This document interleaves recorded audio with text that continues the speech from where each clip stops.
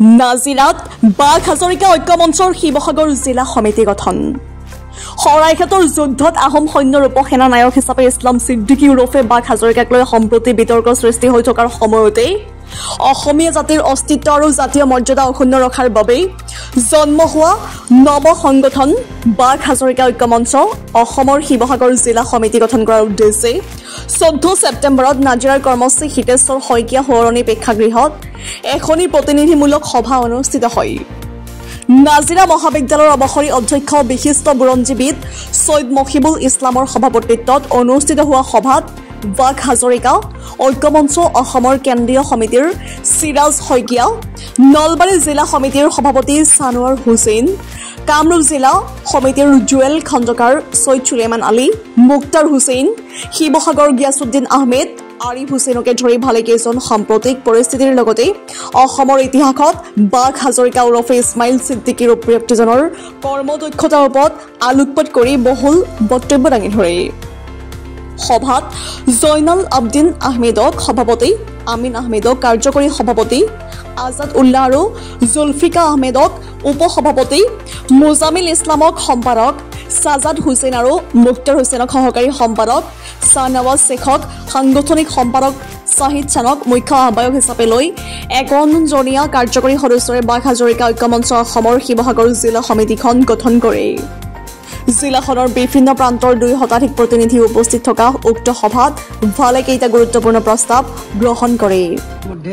নামনি অসমৰ লগতে আমি উজনি অসমতো জিলা সমিতিসমূহ গঠন কৰি আছোঁ আৰু যথেষ্টখিনি আমাৰ যিখিনি ডেকা যুৱক সেইখিনি আমাৰ ওলাই আহিছে।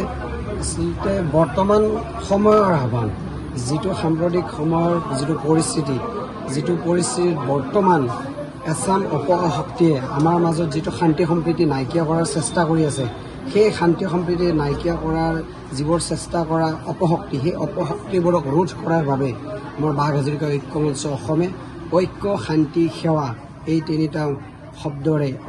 তিনিটা শব্দৰে মূল মন্ত্ৰ হিচাপে লৈ অসমৰ সকলো সৰ্বধৰ্ম ৰাইজৰ লগত থাকি অন্যৰ বিৰুদ্ধে মাত দি যাব। ইতিমধ্যে আজি আমাৰ শিৱসাগৰ জিলা সমিতি গঠন হ'ল। তাত সভাপতি হিচাপে নিৰ্বাচিত হৈছে দিনুল আবেদিল ইছলাম আৰু লগতে সম্পাদক হিচাপে মইনুল ইছলাম। গতিকে এই যিটো আমাৰ সমিতি, জিলা সমিতি, ইতিমধ্যে আপোনালোকে গম পাইছে যোৱাকালি আমাৰ যোৰহাট জিলা সমিতি গঠন হৈছে।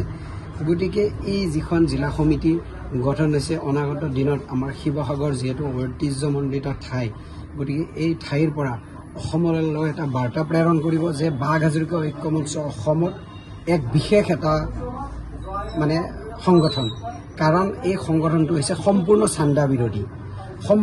চান্দা বিৰোধী এটা সংগঠন আৰু বৰ্তমান সময়ত একাংশ নেতাই সংবিধান ভৰিৰে মহাৰি চান্দা উঠোৱাৰ লগতে ভাৰতীয় নাগৰিক কিছুমানকো হাৰাশাস্তি কৰি আছে। গতিকে বাঘ হাজৰিকা ঐক্য মঞ্চ অসমে সকলো ভাৰতীয়, সকলো হিন্দু মুছলমান সৰ্বধৰ্ম জাতি বৰ্ণ নিৰ্বিশেষে সদায় আগবাঢ়ি যাব, সকলোকে লগত লৈ আগবাঢ়ি যাব, সকলোৰে সেৱা আগবঢ়াব।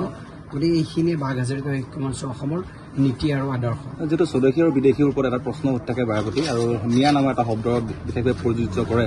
স্বদেশী আৰু বিদেশীৰ ওপৰত আপোনালোকৰ কেনেকুৱা সংখ্যা হ'ব পাৰে? এতিয়া প্ৰথম কথা হৈছে আগ্ৰাসন দেখিবলৈ পোৱা যায় বিদেশী। প্ৰথম কথা হৈছে আগ্ৰাসন অসমত আছে, নোহোৱা নহয়, এইটো নুই কৰিব নোৱাৰি। আৰু আমি বাঘ হাজৰিকা ঐক্য মঞ্চ অসমেও আমি উচ্ছেদৰ কেতিয়াও আমি বিৰোধিতা কৰা নাই।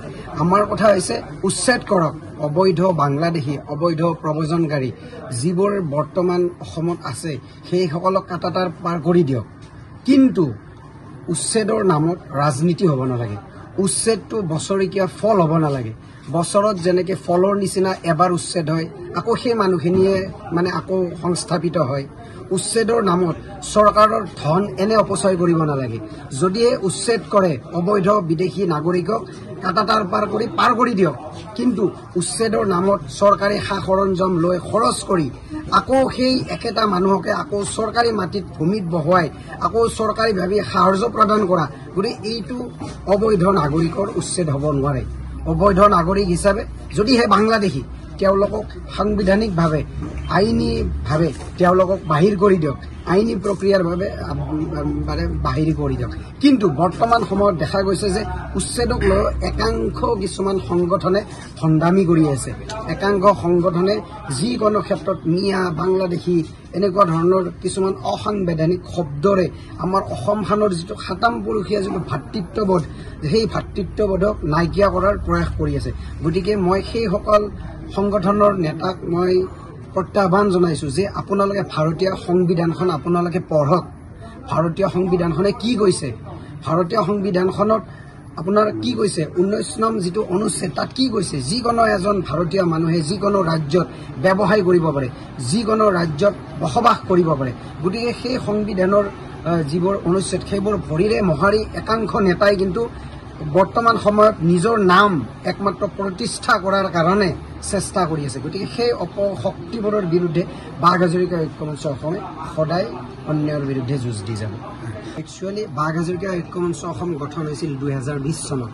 তাৰপিছত কৰোণা মহামাৰীকে আদি কৰি লকডাউন আন্দোলনত স্তব্ধ হৈ থাকিব লগা হ'ল। কাৰণ বৰ্তমান চৰকাৰখনৰ কথা জানেই, বৰ্তমান চৰকাৰখনে আন্দোলনৰ ক্ষেত্ৰত একেবাৰে শক্তিশালী ভূমিকা গ্ৰহণ কৰিলে।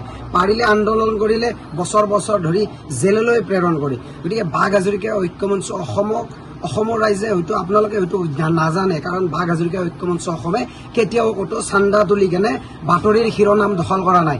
বাঘ হাজৰিকা ঐক্য মঞ্চ অসমৰ কোনো সৈনিকে আজিলৈ জেললৈ যোৱা নাই, 6 লাখ 7 লাখ টকা দাবী কৰা নাই। সেইকাৰণে অসমৰ ৰাইজে নাজানে। বাঘ হাজৰিকা ঐক্য মঞ্চ অসমে প্ৰথম কাম কৰিছিল বৃষ্টি ডেকাক আমাৰ গাঁঠিৰ ধন আমি নিজে উঠাই 27,000 টকা আমি অনুদান আগবঢ়াইছিলো আমাৰ মাজৰ পৰা। গতিকে বাঘ হাজৰিকা ঐক্য মঞ্চ অসমে আজিলৈ প্ৰায় 637 জন ব্যক্তিক তেজ দিছে, সৰ্বধৰ্ম ৰাইজৰ হৈ ৰক্তদান কৰিছে। তাত কোনো কিন্তু হিন্দু মুছলমান কিন্তু চোৱা নাই। বাঘ হাজৰিকা ঐক্য মঞ্চ অসমে বিগত মাহত 102 জন ব্যক্তিকে, গোলাঘাটৰ অৰুণিমা দত্তকে আদি কৰি 102 জন ব্যক্তিক ৰক্তদান কৰিছে বাঘ হাজৰিকা ঐক্য মঞ্চৰ সেনাই। গতিকে আমাৰ মূল মন্ত্ৰই হৈছে ঐক্য। আমি একতাৰে আমি এনাজৰীডাল মজবুত কৰিম, আমি শান্তিৰে বসবাস কৰিম, আৰু সেৱা আমি ৰাইজৰ, সৰ্বধৰ্ম ৰাইজৰ আমি সেৱা আগবঢ়াই যাম। গতিকে তাত হয়তো আমাৰ উত্থান দেখি কোনোবা অপশক্তি, যিবোৰ অপশক্তিয়ে বৰ্তমান অসমৰ সাম্প্ৰদায়িক বিষবস্প বিয়পাৰ চেষ্টা কৰি আছে, সেই অপশক্তিবোৰ হয়তো প্ৰচাৰ কৰিব পাৰে যে বাঘ হাজৰিকা ঐক্য মঞ্চ কোনোবা ৰাজনৈতিক দলৰ পোষকতা কৰিব। কিন্তু আপোনালোকৰ মাধ্যমেৰে ক'ব বিচাৰিছো, বাঘ হাজৰিকা ঐক্য মঞ্চ অসম 2020 চনৰ পৰা অৰাজনৈতিক সংগঠন হৈ আছে, আৰু আজিলৈকে কোনো বাঘ হাজৰিকা ঐক্য মঞ্চ সংগঠনৰ নেতাই আজিলৈকে কোনো মন্ত্ৰীৰ, কোনো বিধায়কৰ অফিচে কাৰ্যালয়ে যোৱা আজিলৈকে ৰেকৰ্ড নাই, চান্দা তোলা ৰেকৰ্ড নাই, জেলত যোৱা ৰেকৰ্ড নাই। আমাৰ মাজত বৰ্তমান 100 জনৰো অধিবক্তা আমাৰ মাজত সংযোগ হৈছে। আমি ন্যায়ৰ যুঁজ দিম, আমি অন্যায়ৰ বিৰুদ্ধে যুঁজ দিম, আমি সকলো ভাৰতীয়ৰ হৈ আমি যুঁজ দিম। ধন্যবাদ। প্ৰশ্ন আছে, যিহেতু কথা হৈছে আমি একতা কেনেকে আনিব পাৰো, বেলেগে কোনে কি কৰিছে আমাৰ সেইটো ডাঙৰ কথা নহয়। আমাৰ কথা হৈছে বাঘ হাজৰিকা ঐক্য মঞ্চ কি কৰিছে। বাঘ হাজৰিকা ঐক্য মঞ্চ অসমখনত কেনেদৰে শান্তি সম্প্ৰীতি ৰক্ষাৰ চেষ্টা কৰিছে। কোনে অশান্তি কৰিছে, কোনে কি কৰিছে, সেইটোৰ লগত আমাৰ মতলব নাই। আমাৰ কথা হৈছে আমি অপশক্তিবোৰক ৰোধ কৰাৰ কাৰণে আমাৰ সংগঠন ওলাই আহিছে। আমি কিন্তু কোনো ৰাজপথত ধৰ্মীয় শ্লোগানেৰে আমি উদ্ভণ্ডালি কৰাৰ কাৰণে ওলাই অহা নাই। আমাৰ সদায় আৰম্ভণি হ'ব জয় আই অসমেৰে, আৰু আমাৰ শেষো হ'ব জয় আই অসমেৰে, কাৰণ আমি অসমৰ খিলঞ্জীয়া হয়। ধন্যবাদ।